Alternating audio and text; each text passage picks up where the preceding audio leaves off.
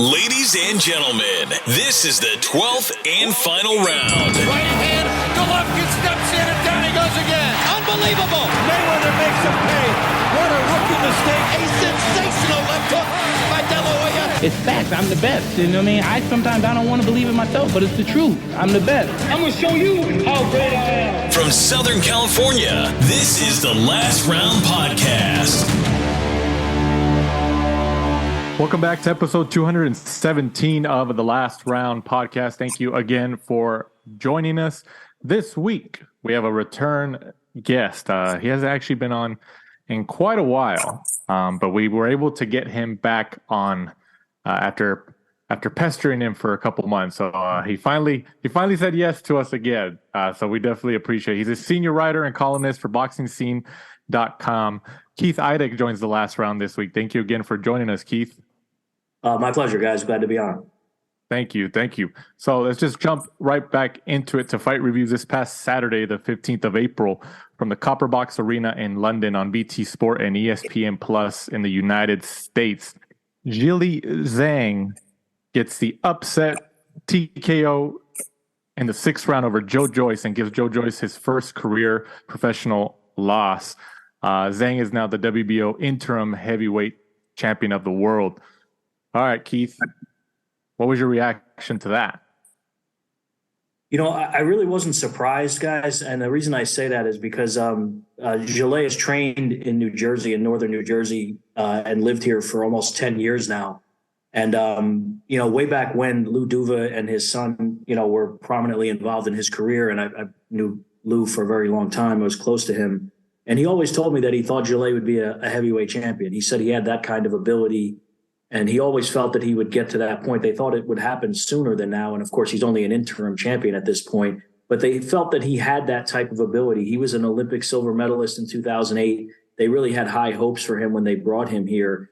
So just in that sense, I wasn't really surprised because, Joe Joyce, as you guys well know, gets hit with everything. I mean, he's perhaps the worst defensive fighter at the elite level that any of us might have ever seen. And he just, he walked through a lot, and I don't mean that in a derogatory way against Joe. I mean, Joe's a nice guy and he's very tough, and he really ascended to the top of the division, but he doesn't move his head at all. And Zhilei is such a precise puncher and really a lot better, I think, than a lot of people gave him credit for being. I wasn't overly surprised that happened yesterday. And I thought the odds were out of whack because Joe Joyce was minus 900 on most gambling websites. I was pretty surprised by that as well. Zhilei was like plus 600, and he had given Filip Hrgović such a difficult fight his last time out. I said, man, this kind of seems a little wacky, and it's, it played out that way.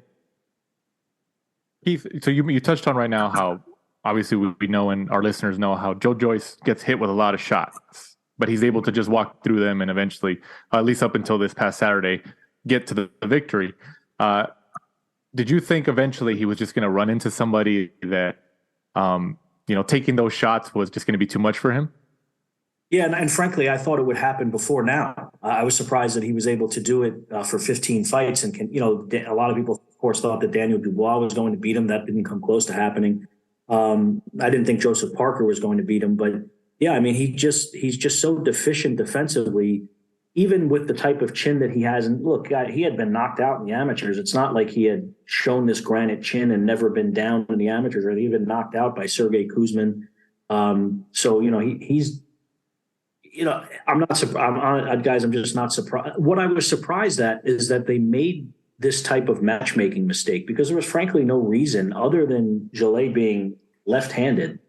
There was no reason to fight him. Of course, they looked at it like, okay, well, he doesn't really fight like Alexander Usyk all that much. He's bigger and heavier and fights in a different way for the most part. But they were left-handed, so they kind of saw it, or Joe Joyce did anyway, and what he was saying before the fight, as sort of a dress rehearsal for when he would fight Alexander Usyk. But of course, you fight a guy who can crack like that, and again had fought very well against Filip Hrgović. A lot of people thought that he beat Hrgović in that fight. I was just surprised that they did that. Now they have Zhilei under contract. Kingsbury Promotions has him under contract, so of course they did the right thing in that sense. But I thought it was a very, very risky fight going into it. And I don't quite understand why they did it. And of course, now, they're paying the consequences of it because Joe Joyce was really in position to fight Tyson Fury over the summer or, worst case scenario, wait out Alexander Usyk's next two mandatory defenses. And if he continued winning, fight him. He was in a great position. And I know he has a rematch clause and he can take the rematch immediately if he sees fit. I don't see the fight playing out all that differently. Now, he might not have a swollen eye the way that he did, but he's not going to make the defensive improvements that I would think he would need to make to beat him. Are you a betting man, Keith? Did you jump on those odds? No, I try not to bet on boxing because I feel, I don't know, that journalist in me, I kind of feel bad about it. I did tell a couple of my friends, though, I said, hey, look, this is a little out of whack at plus 600, so, but yeah, hopefully some people, and I as an aside, this has nothing to do with this fight, but the previous week I thought the Brian Mendoza, Sebastian Fundora odds were way out of whack. He was minus 1,100. Mendoza's coming off, Jason Rosario had been knocked out 3 times before that, but that was a very impressive win from Brian Mendoza, and he was riding a high, and Fundora is, again, a very defensively deficient fighter. So 2 weeks in a row, we've had some really big upsets in terms of what the odds were going into the fights. Absolutely, yeah. And somebody like Joyce, Keith, I think he's in his late 30s. I believe he's 37. Zhang is 39. So they're both, old on the older side in terms of the fight game. For somebody like Joyce, focusing on Joyce first, how much do you think this loss kind of hurts the trajectory of him getting one of those bigger names in the heavyweight division? Yeah, it really destroys it, to be honest, guys. I mean, because he was in such prime position to get a major fight and a major payday. Because he'd have to beat Zhilei, in their rematch to regain the title and put himself back in that mandatory position. So yeah, I mean, it really destroyed everything that he worked for in 5+ rounds last night. And again, I don't quite know why they took a fight of that difficulty against a southpaw who could punch. Zhilei's older. He's 30, like you said, he's 39. But I thought he had proven himself, particularly in his last fight. And it just seemed like a silly risk to me. I mean, if it's playing matchmaker here, Keith. If you were on Joe Joyce's team or on his promotional team, who's a southpaw besides Zhang who you could possibly put him in there with? Well, that's a great question because that's, again, what they were trying to do to get ready for Usyk. And he had fought one southpaw as a professional. It was in his 4th professional fight. So that 11, 12 fights ago.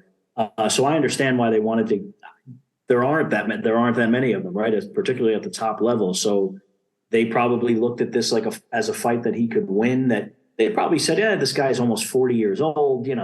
Sometimes he has faded and toward the end of his fights. But when I went to see him train in the gym, it was probably about a weekend and maybe 11, 12 days before the fight. It was just before they left for London. And he looked to me, and again, guys, he's someone I'm very familiar with. I had seen him train and spar in the gym many times since 2014 or so.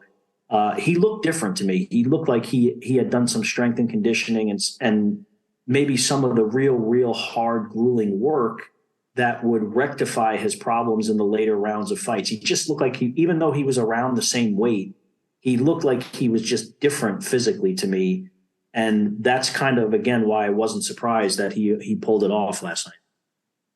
You think the rematch ends the same?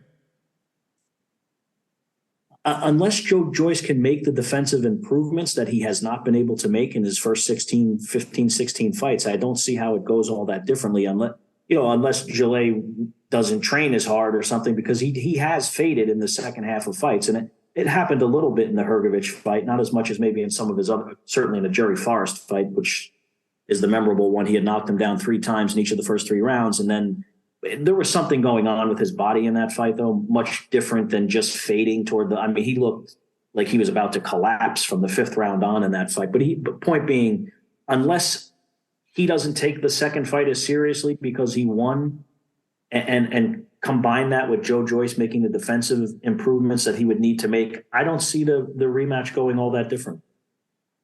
Maybe not a stoppage on a swollen eye, but I just think he and he's more skillful than Joe. I mean, I think that was fairly obvious yesterday. Do we know, was there any further damage to the eye that Joe Joyce received? I'm not sure. I haven't heard anything what happened in terms of when he went to the hospital and everything. I have not heard anything about, it really could have been a fractured eye socket, the way it was. Sometimes that happens, but I haven't heard that that's the case. If that's the case, then Zhilei, I could see Zhilei fighting Tyson Fury next, because obviously Queensberry Promotions has all of those guys. They're looking for an opponent for Tyson Fury in the summer for a stadium fight in the UK. And here is Zhilei off of this huge win. It would be a perfect time to do that. So if Joe Joyce is injured, I would think he's going to need to take some time off. I mean, his eye was pretty badly bruised up and damaged. So, he would take a few months off at least before he could go back to train. But so it'd be, I have not heard that he has a fractured eye socket or anything like that. But short of that, I would expect him to be back in the fall sometime, maybe. On my drive home, I was thinking about, if I was Joe Joyce's team and he was pretty convincingly beaten by Zhilei Zhang, I thought, who would I like to face? And I thought, both coming off losses, they faced each other in the Olympics, Tony Yoka.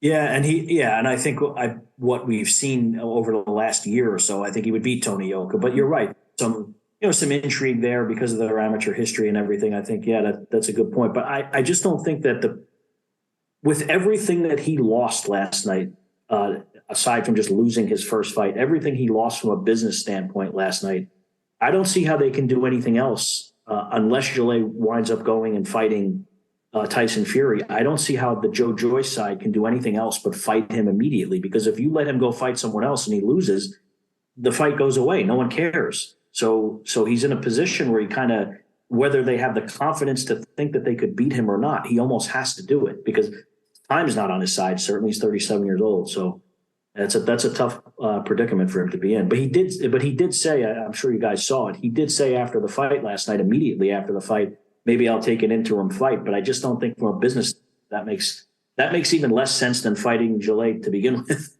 Yeah, that's exactly what I thought. When he mentioned the interim, I was like, I don't know. I was like, I don't know that, you're kind of older already. But do you see, irregardless of a rematch happening or not, or if there is an interim fight, can you see a rematch between Joyce and Dubois?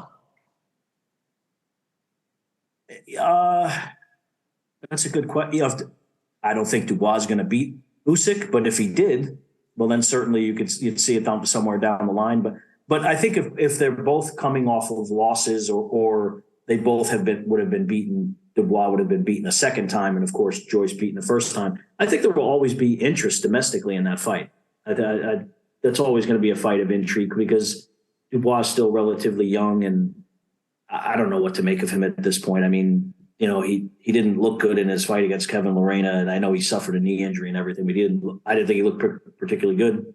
But that's always a fight I think that will interest the public in the UK in particular. I mean, I saw a stat on Twitter somewhere, and I have no idea if it's true. I saw a stat that said that 15 million people tuned in from China early morning to watch that fight. Do you know if that's true or not? I don't know that, but I'm going to try to find that out because I know Zhilei's team, and it was on pay-per-view in China. But I think it went off somewhere around 5 a.m. or something like it was. It was very early in the morning. It was on this new app in China called I forgot what it was called, but I think it only cost the equivalent of maybe $1 or $2 US. So it was pay-per-view, but not what we traditionally think of pay-per-view. It was very cheap. And his previous fight, 40 million people had seen it, I believe, against Hrgović. They said roughly 40. I don't know where these figures are coming from exactly, but they estimated that 40 million people saw the fight. And I know in the past, the Chinese people have gotten – boxing is not all that popular in China, but they have gotten behind, Zhao Shiming and a couple other Chinese fighters who have done pretty well, Zhu Can, a couple of those guys, and they've gotten behind them. And Zhilei and Meng Fanlong, who was his Olympic teammate, and they came over here together, a light heavyweight contender. They had built up somewhat of a following over there. But they're usually supportive of guys, even in a sport like boxing where it's not all that popular. They are supportive of Chinese people, trying to do anything in the sporting world. but that's an interesting, that's interesting. Because you can tap into that market. There just aren't a lot of Chinese fighters though, because it looked like going to change at some point, particularly with this group of guys, because there were 3 other guys that came here with Zhilei and with Meng Fanlong from China to the U.S. And the Chinese government was subsidizing them living and training here at one point. So it looked like maybe there was going to be a boxing movement to some degree in China, and it really hasn't happened. But if you have a heavyweight champion from China, I think they're going to get behind him. You know? Just to put it into perspective, 15 million supposedly, population of China, 1.4 billion. Yeah. we think we have a lot of people in the U.S., right? Exactly. Keith, have you ever covered a fight in China? Did you cover the Pacquiao Rios or anything like that? No, I did not. No, they offered some, media packages and such, but we just couldn't do it. I mean, we didn't take them up on it because it was kind of like my opinion, kind of a conflict of interest to kind of go over on a jet that was paid for by Top Rank and all that kind of stuff. We didn't go. But what about Japan? What's that? Have you ever covered in Japan? No, I'd love to though. I mean, especially in Inoue, that would be, Inoue Fulton would be a fun one to cover over there because he's such a big star. Because the reason I asked that, and obviously you haven't covered physically, but you've seen a lot of fights and with the fan bases over there. What would you describe as the major differences between, let's just say, the American fans or even UK fans and Chinese and Japanese fans to their fighters, their athletes over there? They don't seem to get too rowdy, do they? They kind of just they're quiet during the fights. There's polite applause, and I guess when the result of the fight is either announced or there's a knockout or something, they cheer then. But during the fight itself, they're pretty quiet. It's almost like they're at the library to some degree. They don't really get all amped up about the fight. But I think that's more that's the way their culture is, though. I think they're very. I don't know how much you guys have interviewed either Japanese or Chinese fighters.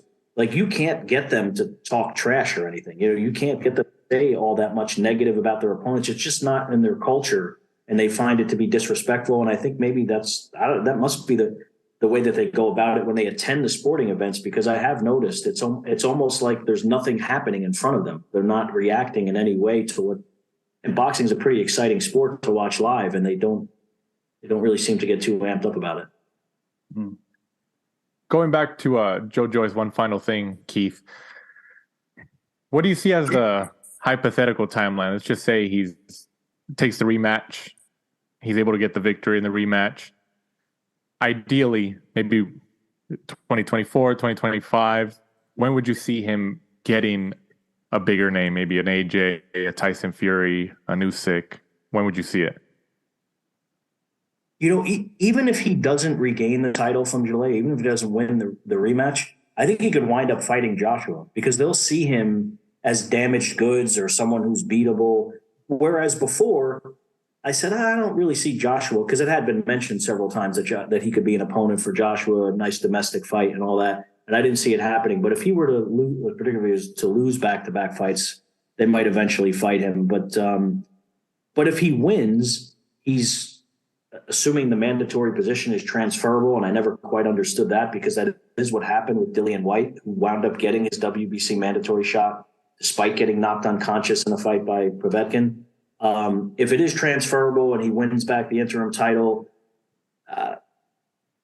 if it happens within the next 6 months or so, I guess he wouldn't be all that much off course that he was, because the other 2 mandatories are due before the WBO. So let's just say Usyk fights Dubois and wins, maybe he would wind up fighting Fury in between or something, and that would disrupt everything as well. But if he were to make back-to-back mandatory defenses, the next mandatory due would be Filip Hrgović. So if Dubois, Hrgović, and those fights are not going to happen within 2 or 3 months of each other. So maybe it doesn't, if he comes back and wins the rematch, which we can't discount entirely, if he does do that, maybe it doesn't disrupt his career as much as we think today, because he'll be 38 years old, but he'll have then avenged his only loss. And then he's just kind of waiting in line. And then, of course, they would be much smarter or much more careful about who they matched him with while they're waiting for whoever he would fight from the mandatory position. In the co-main event, Denzel Bentley gets the first round KO over Kieran Smith for the British middleweight title. And also Mikaela Mayer gets the 18th win of her career with a 10-round unanimous decision win over Lucy Wildheart, who takes the second loss of her career. This was for the vacant WBC interim lightweight title. For Mikaela Mayer, Keith, obviously it seems like eventually, maybe sooner than later, we'll get the Bumgarner rematch. Do you see that ending the same way with Bumgarner coming out on top? I actually don't think Alicia Bumgarner is ever going to fight her again. But I just think she feels like she beat her. It wasn't decisive, of course. It was a split decision, and it was a very close fight. But I think she feels like she's got one up on her, and she knows that it eats at Mikaela Mayer, and I don't think she's going to fight her again. And I think she sees it where maybe, of course, it depends on what happens with Chantel Cameron and Katie Taylor and all. I think she maybe sees herself fighting, if Taylor comes back to lightweight, fighting her at some point. They're all under the same promotional umbrella and everything. So I think that's what Baumgartner is going to do. I think she's going to pursue those types of fights and not, unless she, if Mikaela Mayer does damage in the lightweight division and it's a unification fight, if the titles get fractured or something, maybe then. But I don't think she's going to fight her willingly again. And I don't mean she's like afraid to fight her or anything. I just think she's gotten the satisfaction of beating her, and she can go make a lot of money fighting someone like Katie Taylor. And I think that's what she's going to pursue. Yeah, that seems very probable. Also, going up to fight preview this upcoming Saturday, the 22nd of April, from the T-Mobile Arena in Las Vegas, Nevada, on Showtime pay-per-view, a fight that many boxing fans and a lot of casual fans have been waiting for quite a while. Gervonta Tank Davis, 28-0, goes up against King Ryan Garcia, 23-0. Both undefeated young fighters, essentially the next generation of this crop of fighters. All right, Keith, what do you think? What's your take on this fight? Yeah, I favor Gervonta Davis, as I think most people do. But Ryan Garcia is a very live underdog, guys. He's obviously got a great left hook, but his hand speed is tremendous. He's got power. He's bigger than Gervonta Davis. I don't know that the weight is going to make all that much of a difference, because he is capped at 10 pounds. The next day weigh-in caps him at 146. I don't think he's going to gain a ton of weight, because I don't think that'll help his cause all that much from the second weigh-in on Saturday morning until the time they enter the ring, which will probably be about 10 or 11 hours later. But he's a live underdog, though. I mean, look, he's not as proven as Gervonta Davis. He proved something about himself in that Luke Campbell fight by getting off the deck, regaining control of the fight, and then landing that hellacious left hook to the body that stopped Luke Campbell and basically sent him into retirement. But I favor Davis because his boxing IQ, I think, is probably the most underrated thing about him. He tends to take his time, and he'll give away some rounds early, and he'll compute what he needs to see in front of him, and then he'll make the opponent make a mistake, which is exactly what he did against Rolly Romero, and he's done that against a lot of opponents. I think that's what he's going to try to do against Ryan Garcia. We haven't seen Ryan Garcia in this type of pressurized environment before. He has headline shows, but he's never been the headliner of a sold-out arena in a pay-per-view fight, certainly of this magnitude. Now, Gervonta Davis hasn't been in a fight of this magnitude either. It's the biggest fight of his career, too. But I think he's more proven under pressure. But, again, I think he's a live underdog because the kid can really crack. And he's the one who pushed for this fight to happen. He kind of, for lack of better words, talked his way into it, right? Because Gervonta Davis didn't have to fight him. But he did enough talking, and the fight became big enough, and there was enough public interest in it that it's happening. And it's happening more because Ryan Garcia demanded it to happen than Gervonta Davis demanded for it to happen. So I do give him credit, and maybe they see something in Gervonta Davis that others haven't seen. And Joe Goosen is an X factor in this that can't be discounted, because he's a great trainer. He's a veteran trainer who has put together amazing, successful game plans in the past. And I would expect him to do that. Now it's up to Ryan Garcia to go execute it. And again, at this level, in this highly pressurized situation, we have not seen him do that. He hasn't had the chance to do it, so he hasn't proven it. For this is a catch weight of 136 pounds. You mentioned the rehydration clause for 146 for the following day. Obviously, every time details of a fight agreement like this come out, fans start talking, their criticisms, there's a little debate about the whole situation, the business side, I guess. Does Davis deserve credit for this win if he beats him, even though he has, obviously he's the A side, so he was able to put all these clauses in. Do you think that he deserves the absolute credit regardless of the catch weight, the rehydration clause, and all that? Yeah, I think he deserves credit, and I don't think he's doing anything that most fighters wouldn't do if they were the A side and could make people acquiesce to what they want. I mean, that's part of being the A side. That's part of being the proven ticket seller and the guy who's headlined and been the A side of pay-per-view events. I get the criticism to some extent too, but the flip side of it is he's already fought at 140 pounds. So he would have more of an argument maybe if he hadn't already fought and succeeded at 140 pounds, which he did against Mario Barrios, right?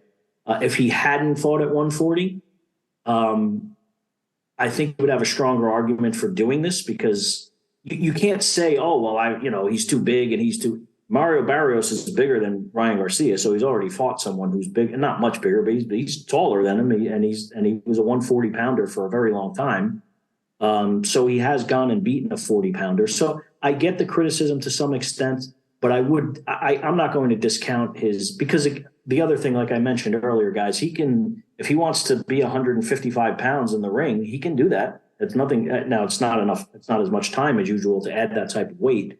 But Ryan Garcia said it in New York right after the press conference. He said, usually I'm not more than 148 or 149 in the ring anyway.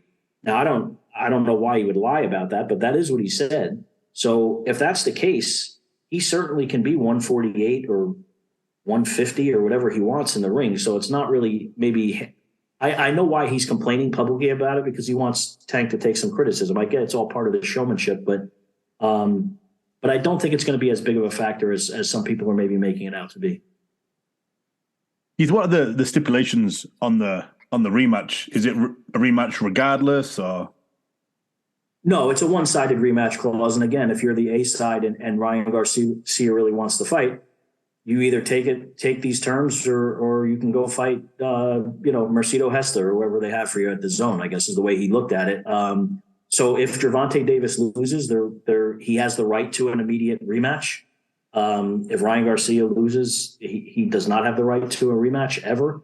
If you're a Ryan Garcia fan, you say, oh, that's not fair. That's not. But again, that's part of the business. And when you're the A side of the event, you dictate the terms. And Oscar De La Hoya did that for most of his career when, he's Ryan's promoter and he knows what that's like. So to be in that position, to be in the driver's seat. If Ryan Garcia wins, of course, he's going to have to, I would assume Gervonta Davis would exercise the rematch clause and they would fight again. But he'll be in a great position. He'll have changed his career, changed his life, changed his legacy. So it's a great opportunity for him. And that's why, despite all the contractual terms being against him or against him, so to speak, that's why he agreed to everything, because he really wants this opportunity and he's confident that he's going to knock Gervonta Davis out. So he's got 12 rounds to figure that out on Saturday night. If he goes and does it, I mean, the kid's, boxing's biggest star at this point. Heath, I know you're not in Vegas yet. You said beforehand you're going to be Tuesday, but do you get those big fight feels for this fight? Yeah, certainly from the ticket sales and all that kind of stuff. And there are people talking, generally, guys, I'm sure you guys feel the same way. I cover boxing for a living. You guys are immersed in boxing. Most people don't talk about boxing all that much. You don't hear it from people who, your friends, your family and everything, because it's not nearly as popular of a sport as it used to be. For this fight, you're hearing about it more from the mainstream. Ryan Garcia has 9 million plus Instagram followers, and I don't know how that translates into buys necessarily, because you don't know how many of those are, teenage girls and such, but he is very popular. I mean, the guy's, he's got a footprint outside of the boxing space that most people don't have. He's in a Gatorade commercial with Damian Lillard. People know who he is. And the same goes for Gervonta Davis. He doesn't have quite as many Instagram followers, but I've been at every one of his fights where he either sold out the arena or came damn near close in a bunch of different cities. I mean, Gervonta Davis is a star as well. So people are aware of this fight. But I don't know. I'm working on a story for later this week. They'll run probably the day before the fight. I don't know if there's a million buy pay-per-view fight domestically that exists in the United States anymore, just because piracy is such where it won't allow it. The price point is very high. And, younger people in particular are tech savvy enough to unfortunately go and steal the stream however they see fit. So when you merge all of those factors together, even two wildly popular guys like Gervonta Davis and Ryan Garcia fighting each other in a fight that people have wanted to see for several years, I don't think there's a 1 million buy fight left domestically in the U.S., which is not a great commentary on the health of the sport, I don't think, but I think that's true. What would be a successful range for you, do you think, for this pay-per-view?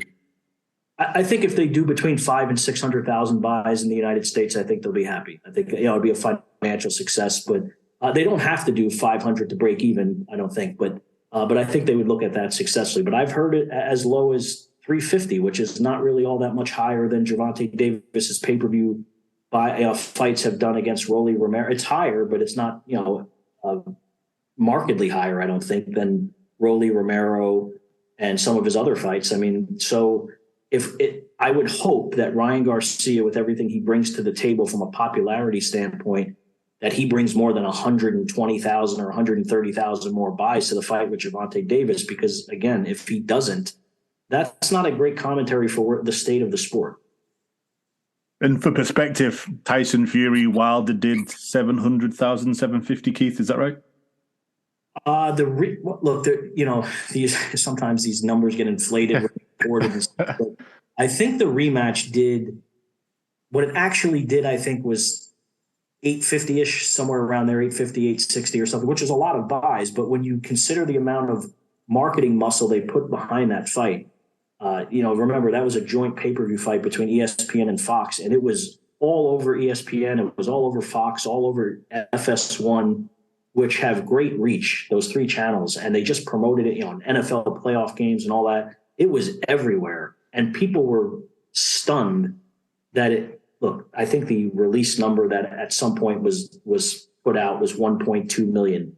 That was still considered a failure, even though it was over, supposedly over 1 million. It was still considered a failure because they invested so much in the marketing for the fight, and the fighters' purses were much higher than Gervonta Davis and Ryan Garcia's purses. So it was not considered. They did well at the gate for that fight as well, but and I think they're going to do amazingly well at the gate on Saturday night. But I just don't know how that's going to translate into pay-per-view buys. The numbers are only sometimes inflated, Keith?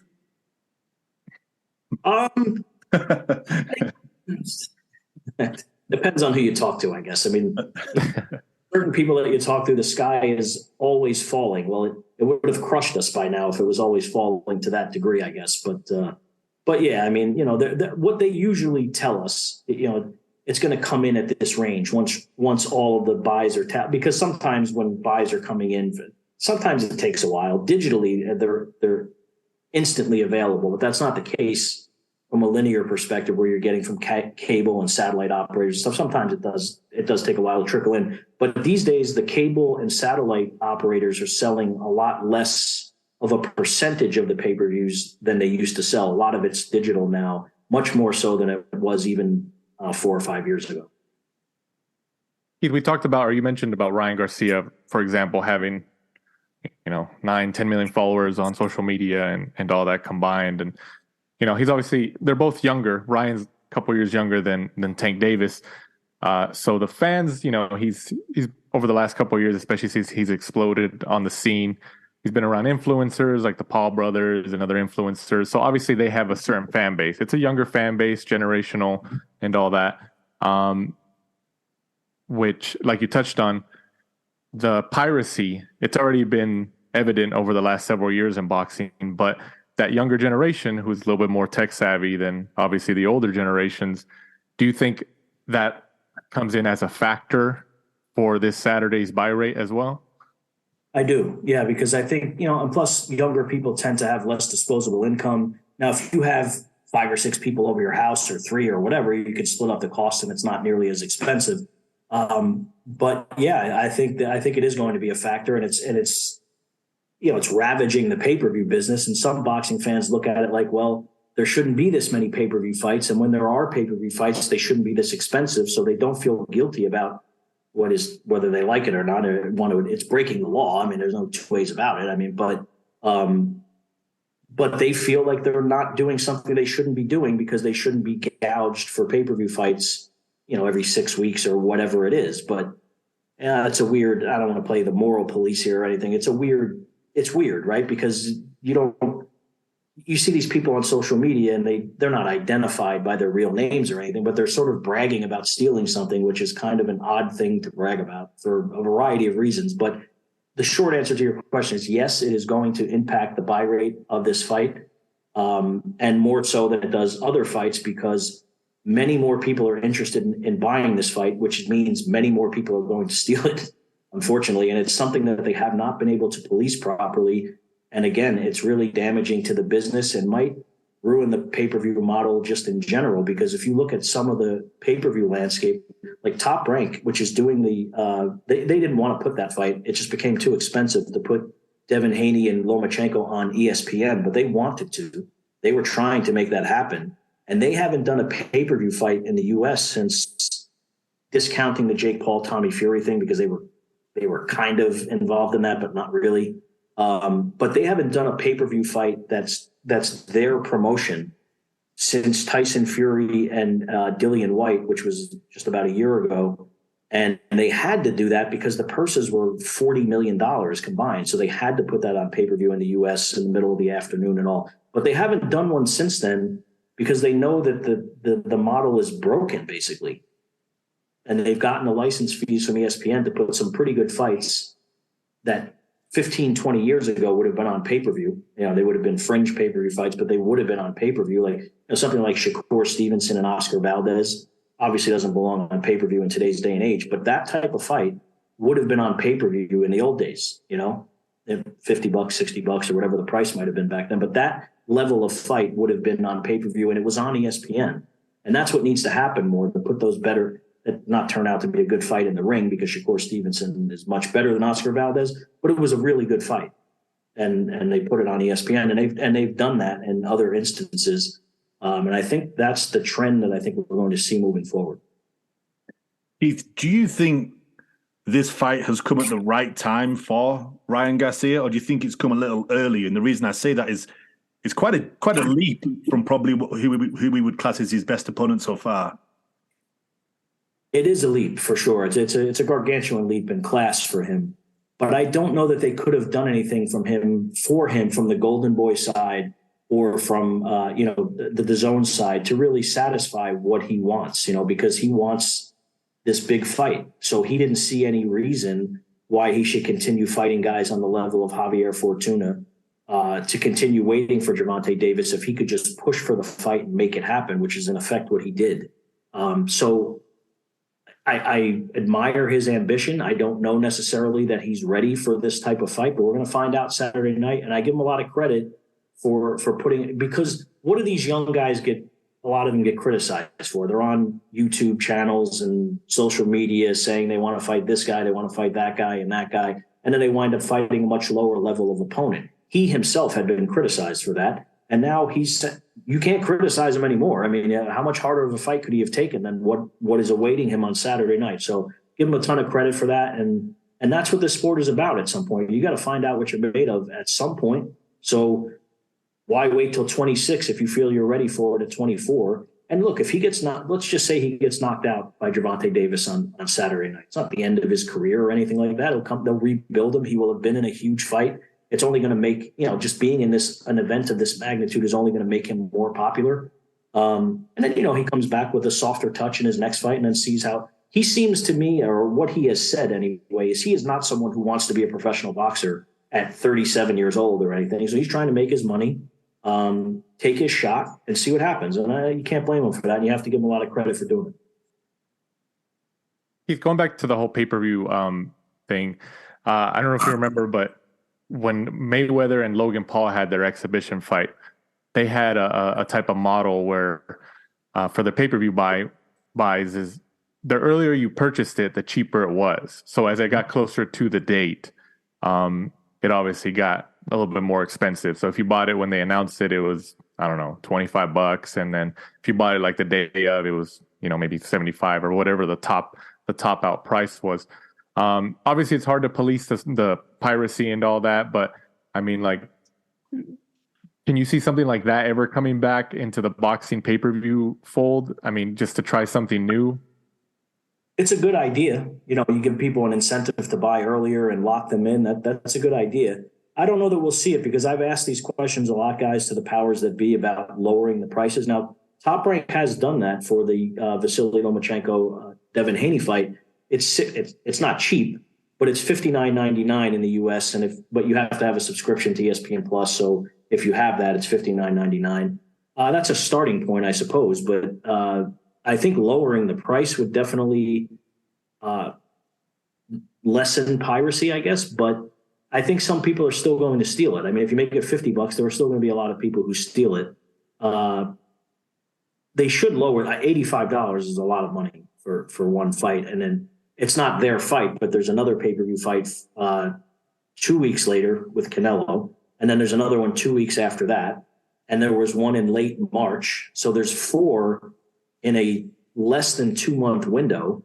And frankly, I mean, if you're a fan of this sport, every time there's a fight that not that you don't want to see some of the other fights, but a fight that you really, really want to see, what are you going to pay $80 or $75 or $70 every other week? I mean, what people with families are building boxing pay-per-views into their budget? It's easy for someone who maybe doesn't have children, is a younger person or whatever, or has the disposable income to say, oh, well, stop complaining and just buy it. It's the price of being a boxing fan. I understand that to some extent, but I think there are too many pay-per-views in the U.S. and it's too expensive. And then you mentioned Mercito Gesta, a Golden Boy fighter. Obviously, just came off of the biggest win of his career so far against Joe Diaz. Gesta was the rumored opponent for Ryan Garcia in January, which was supposed to be an interim bout. Obviously, Ryan came out and said he didn't want an interim bout. It obviously didn't happen. Do you think that is going to come back and bite him? Do you think that Ryan should have had an interim bout, just like Tank Davis did in January as well? I see it from both sides. I see where he was coming from. Now, look, I don't know this definitively, but I was told, there was some gap in what he was looking to get paid for his quote unquote tune-up bout and what they were willing to pay him. So that might have had a role in that as well. But the fight would have been January 28th. It's relatively close to less than 3 months out of when he was supposed to fight. Well, back then the fight was supposed to be April 15th. So it's, 2.5 months. And look, if he gets cut or if he gets injured or whatever, then this payday goes away. So I get it from that perspective. You don't want to take a risk like that and cost yourself the biggest fight and the biggest payday of your life. But it, of course, has extended his layoff. He hasn't fought since July 16th. He looked very good against Javier Fortuna, as he should have. But he did fight a southpaw in his last fight, which helped prep him to fight it. Javier Fortuna ain't Gervonta Davis. We well know that. But he did fight a southpaw. You hope the rust isn't a factor, and it's basically 9 months later. You would like for him to have fought in November or December or something, ideally. But I get why the business prevented him from fighting in between, and I think just not wanting to take that risk of getting hurt was probably the smartest thing to do. We talked about how Davis, there's a one-sided rematch clause. Obviously, if Ryan wins, Davis has the option. Do you think that even if Davis wins, do you think that he still would want a rematch just because it would, depending on how he wins, if they go 9-10 rounds, it's a pretty decent fight, and then Davis catches him, knocks him out. Do you think Davis still considers a rematch just because it's another big money fight? It could be like a trilogy or a series like that. I guess it would depend on what type of fight it is. Like you said, if it's a back and forth fight, let's just say Gervonta Davis hit the canvas, or something like that, and got off the deck and wins and knocks him out. And it's the type of fight that there would be a public demand for, maybe then. But otherwise, or if he won some sort, I don't think it's going to go to the scorecards, but if it did, and he won what was perceived as a controversial decision or something like that, maybe then. But I think if he wins, I think he'll just look for another challenge moving forward. Because he wouldn't have to fight him again, of course. But and you know what? That doesn't mean they couldn't fight again at some point. It just might not be next.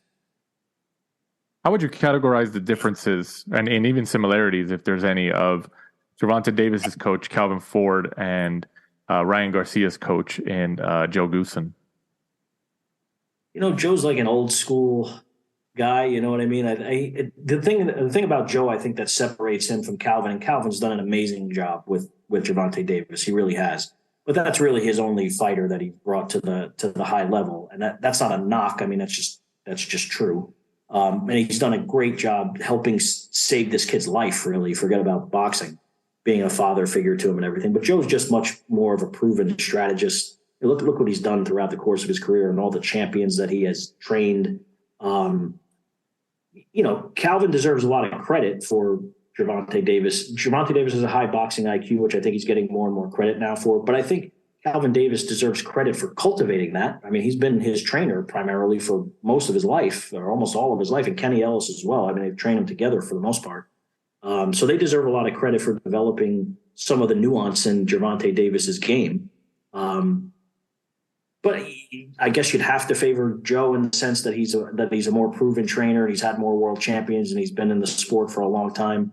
But I think Gervonta Davis, frankly, being better than Ryan Garcia is going to nullify that. But, I think they're both very good trainers, though. I mean, and we see this all the time, guys, where a guy, will take, like, let's just say Calvin, for example. I'm not saying he couldn't train someone else to the top level, but, oftentimes a guy might train one or two guys that get to the top level, and then that's pretty much it. You don't hear from them again for the most part. They might train some other guys, but they never get.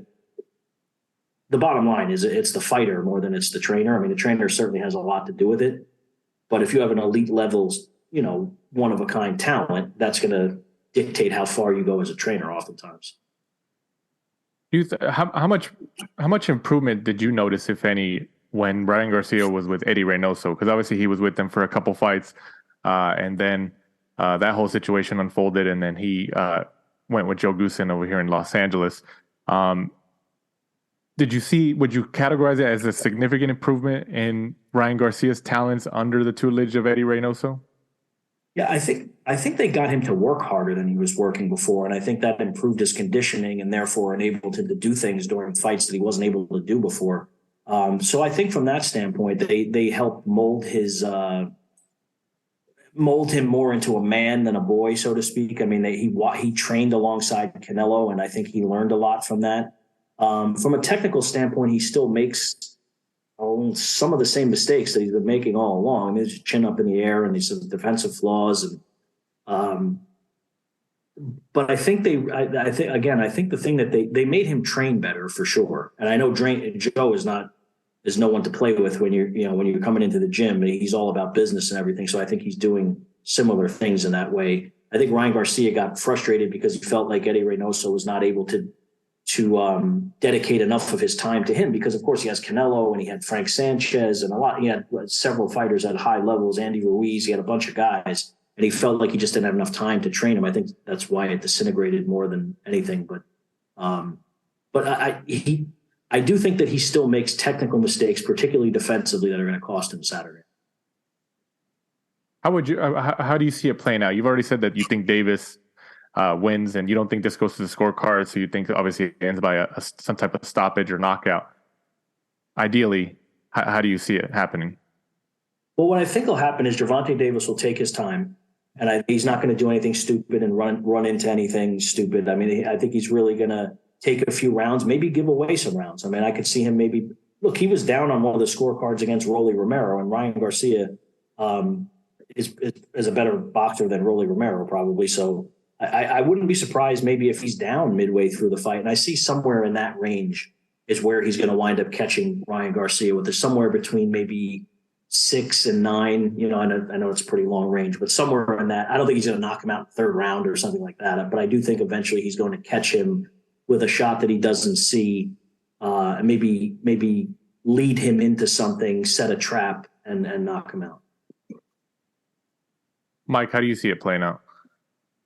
Pretty much the exact same thing as what Keith said, to be honest with you. I think he'll take a few rounds, see what tendencies Ryan has, see what flaws he has, and then he'll set something up and take Ryan out. I think he'll probably do it in the later rounds, maybe let some of the sting get off Ryan's punches before he kind of gets in close. just in case he does get caught. And then, yeah, I think he'll set a trap and he'll catch Ryan and, he'll take him out in one of the later rounds. Keith, do you think that, obviously with Davis being the smaller fighter, Ryan Garcia is obviously a big lightweight. He's very tall, long reach. And Davis is, obviously shorter. Do you see any more focused body work for Davis against Ryan Garcia this Saturday night? You would like to see it. I don't know if we will, but you would like to see it. I would like him to go to the body more just in general. I'm not sure if Ryan Garcia is going to give him those openings to do that. But the other thing to take is Ryan Garcia is a pretty good body puncher. Is he going to be able to, of course, is he going to be able to get to Gervonta Davis's body is the question, but he's a pretty good body puncher. So, it's going to be an interesting component to the fight too. Keith, how do you think someone as famous and as, he's got his critics on social media, right, Ryan? How do you think someone like Ryan would take a defeat if it goes as we both have said? It'll hurt, it'll be his first loss. And of course, it's a fight that he called for. And if he loses, it's going to be different. Like all fighters, they have egos and they've invested their whole lives into this. And he's never tasted defeat as a professional. I'm sure it'll sting for a while. I think it matters how he loses, Michael, because look, if he somehow gets clipped in the second round or something, that's tough to get by. It's not like he won't fight again, but from a mental standpoint and an emotional standpoint, that'll be difficult for him to get over. But if he goes in there and gives a great account of himself and it's a competitive fight and he winds up getting clipped later in the fight and gets knocked out, I think he'll be able to know that he put forth a great effort and did maybe some of the things that he thought he could do against Gervonta Davis and be more proud of the effort in that way.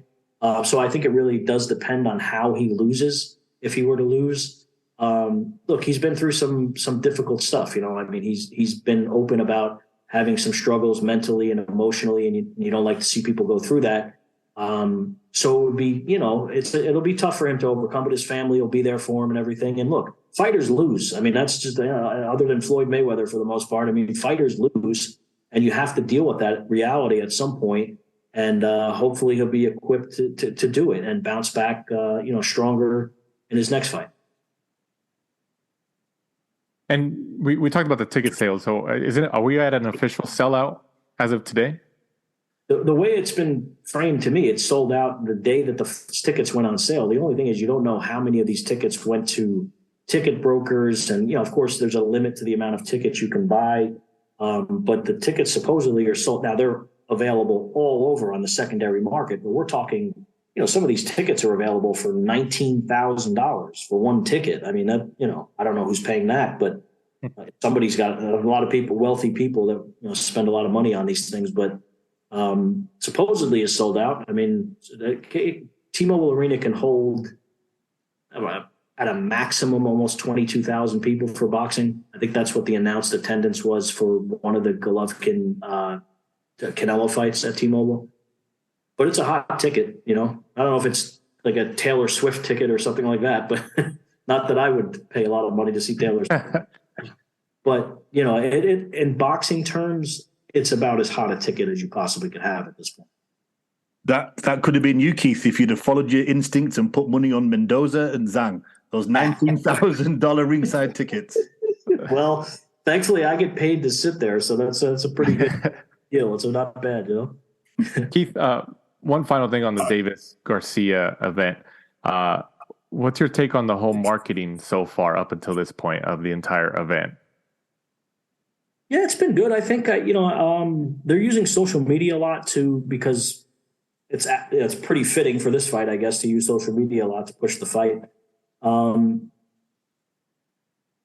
It's been all, it's on CBS Sports Network. It's on CBS, which of course is under the same corporate umbrella as Showtime. The fight's out there. I think, they've done a good job with the All Access series and everything. I think it's, I have seen fights where there's been more marketing.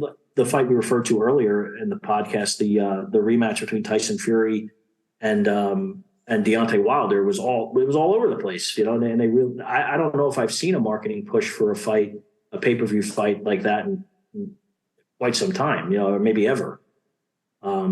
But this fight's out there. I mean, it's all over the cable stations and and even, traditional outlets that ignore boxing for the most part now are sending multiple people to this fight, which, that kind of speaks to the impact it's making in the mainstream. But again, guys, I know I said this earlier in the podcast. I mean, the days of a 1 million buy pay-per-view fight in the U.S., I don't know that exists anymore. Right. Yeah. Do you think that Golden Boy, or specifically Oscar De La Hoya, wanted this fight, or do you think Ryan just had so much, I guess, power in himself and within Golden Boy, especially since Canelo leaving, Ryan's now the guy at Golden Boy Promotions? Because Oscar De La Hoya, just like even a couple of years ago, has been on video interviews with other, boxing reporters, YouTube reporters, saying when they've asked him, "Hey, do you think he's ready for Tank?" And he says, "Oh no, he's not ready for Tank." He admits it freely.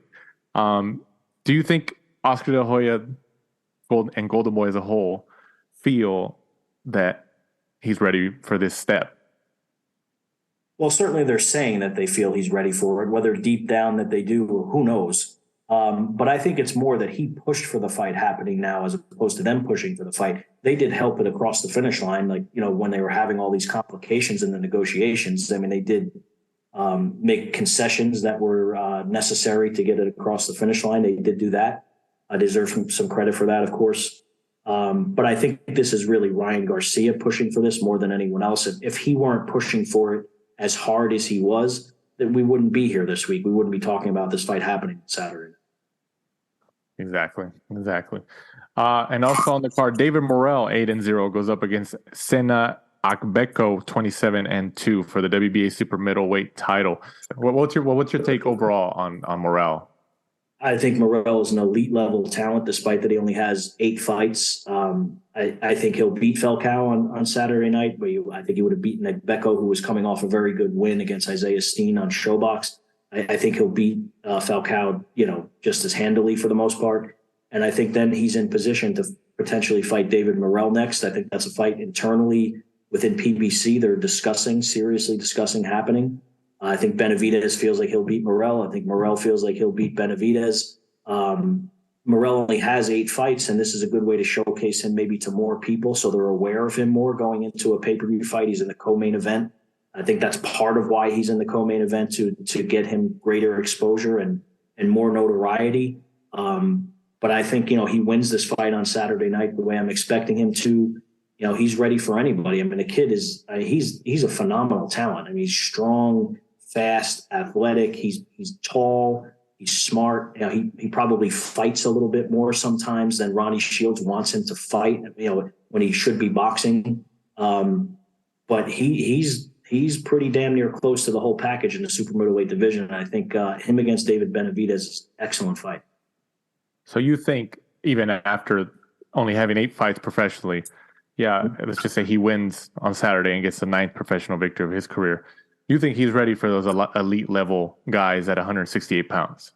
I do, because I think some guys are just built differently, with their amateur pedigree, and they're just more advanced than other guys. Like Lomachenko was like that. Now, should he have fought Salido in his second fight? Well, as it turns out, probably not, because he lost. But he also got hit below the belt 47 times. But he fought a world champion in his second fight. I think Morrell has that kind of ability. Now, he's not being marketed the way that Lomachenko was. Like, Bob Arum was calling him the next Muhammad, all the crazy things that Bob was saying about Vasily Lomachenko. They're not doing that necessarily with Morrell, but I do think he's advanced in that way. And he's ready to fight anyone. Now, I'm not saying he would beat Canelo if they fought tomorrow, or that he'll definitely beat Benavidez, but I think he's ready for those fights. I don't think if he loses those fights, I don't think people realistically could come away from it saying, well, he wasn't ready for it. It might just turn out to be that Benavidez is better than him, or Canelo fight's not going to happen anytime soon. But, those guys might just be better than him. But I don't think it's because he's not equipped to be in the ring with them at that point. Also on the card, Beck the Bully in a rematch goes up against Gabe Rosado. Obviously, Keith, we know that in their first matchup, I don't know if it was last year or 2021, but Rosado caught him it seems like he was backing up going into that corner, and then Rosado just got him with that hook and got the upset knockout there. Can we see that again, or do you think Beck the Bully is the favorite here? That was a damn near perfect shot by Gabe Rosado, and he hasn't been quite successful since then. Of course, that was, I think, June 2021 when that happened, and that came out of nowhere. It was one of the knockout of the year, according to some outlets. And it wouldn't have happened if Gilberto Ramirez didn't come in at 308 pounds or whatever he was before he was supposed to fight Gabe Rosado. I mean, he was damn near a heavyweight the day before the weigh-in, and they had to cancel the fight. So. This wouldn't be happening because I don't really think Gabe wanted to give Beck the Bully the rematch. I just think he was in position where he was in shape.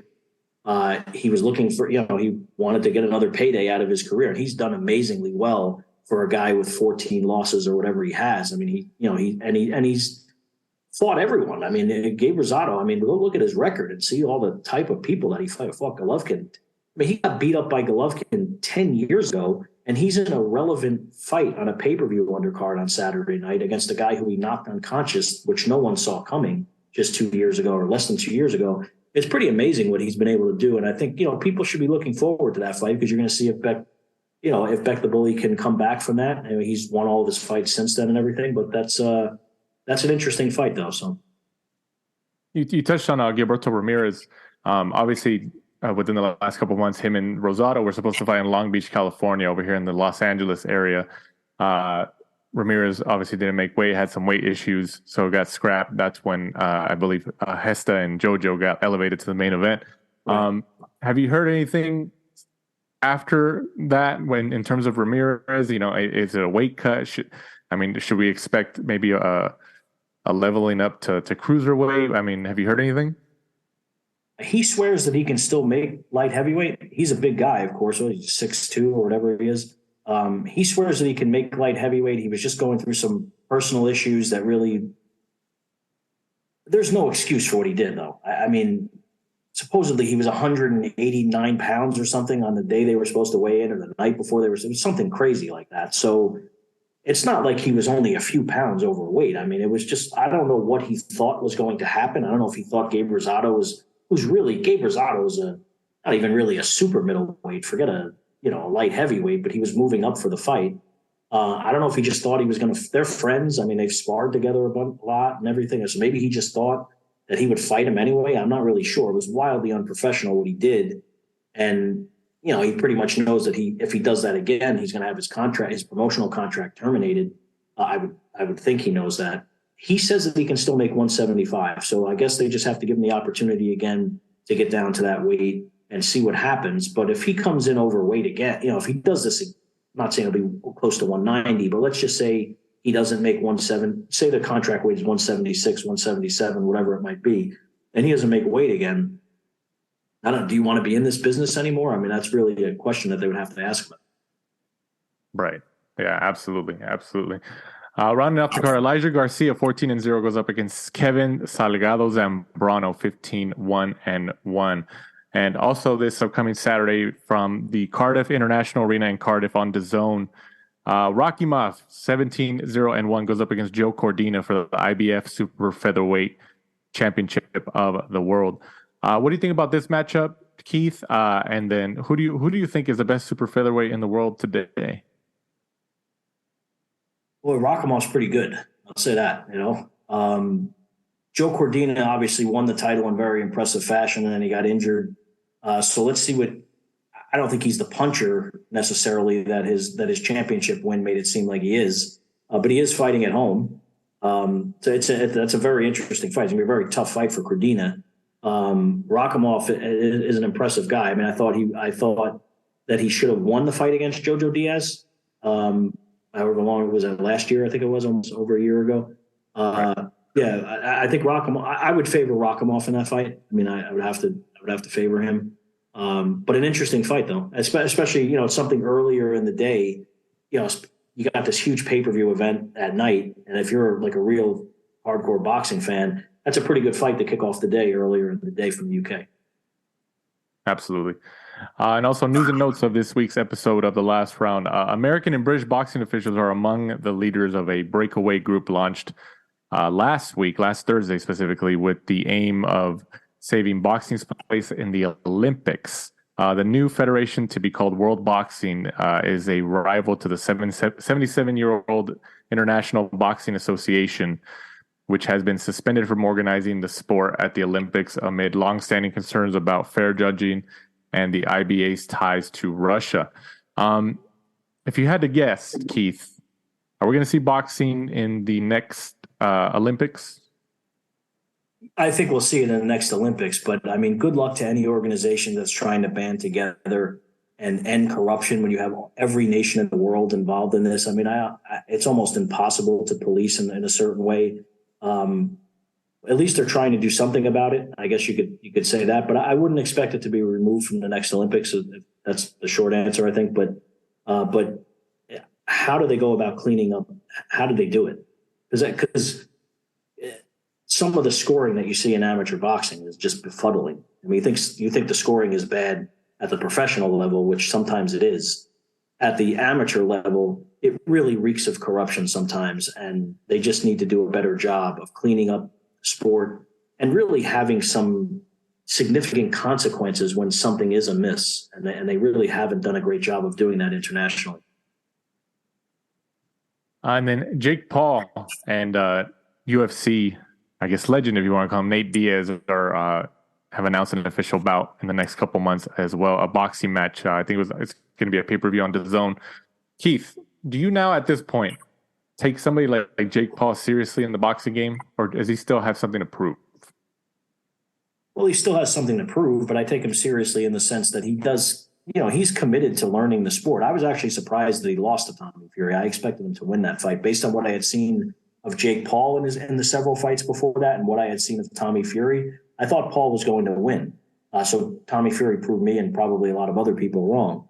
But I thought he definitively won that fight. But I wouldn't look. I think some of the shine is off of Jake Paul because he has lost. But they'll still make some money off of this fight because Nate Diaz is a transcendent former UFC fighter. I don't think they'll do the type of business that Tommy Fury and Jake Paul did. But look, if it's not harming anyone, it's kind of what I said when he was fighting on Showtime pay-per-view. As long as it's not cutting into the budget for real fights, and preventing real fights from happening, I don't see the harm in it all that much. If you don't like it and you don't want to see it, don't pay $50 or $60 or whatever it costs and just ignore it. In the business world, also the combat sports world, the parent company of the UFC, Endeavor, and the WWE are combining. They've already had interviews about it and has to go through regulatory approval and all that. So Keith, with that happening, and assuming that it all gets finalized through regulatory means and all that, can you see Endeavor jumping into the boxing space in the next couple of years?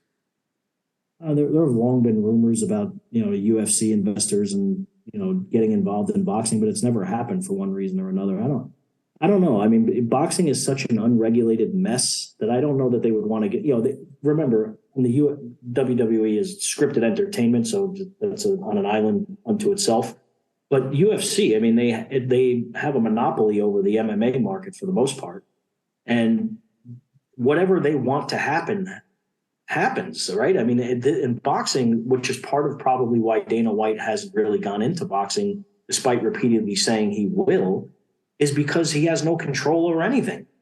It's a fractured sport from a platform standpoint, from a promotional standpoint. You're not just going to come in and start telling people who've been doing this for, Bob Arum's case, 60 years, or you're not going to start telling them what to do. And because you say it doesn't work that way. And it might not the juice just might not be worth the squeeze from that standpoint. And that might be what prevents them from getting into the sport.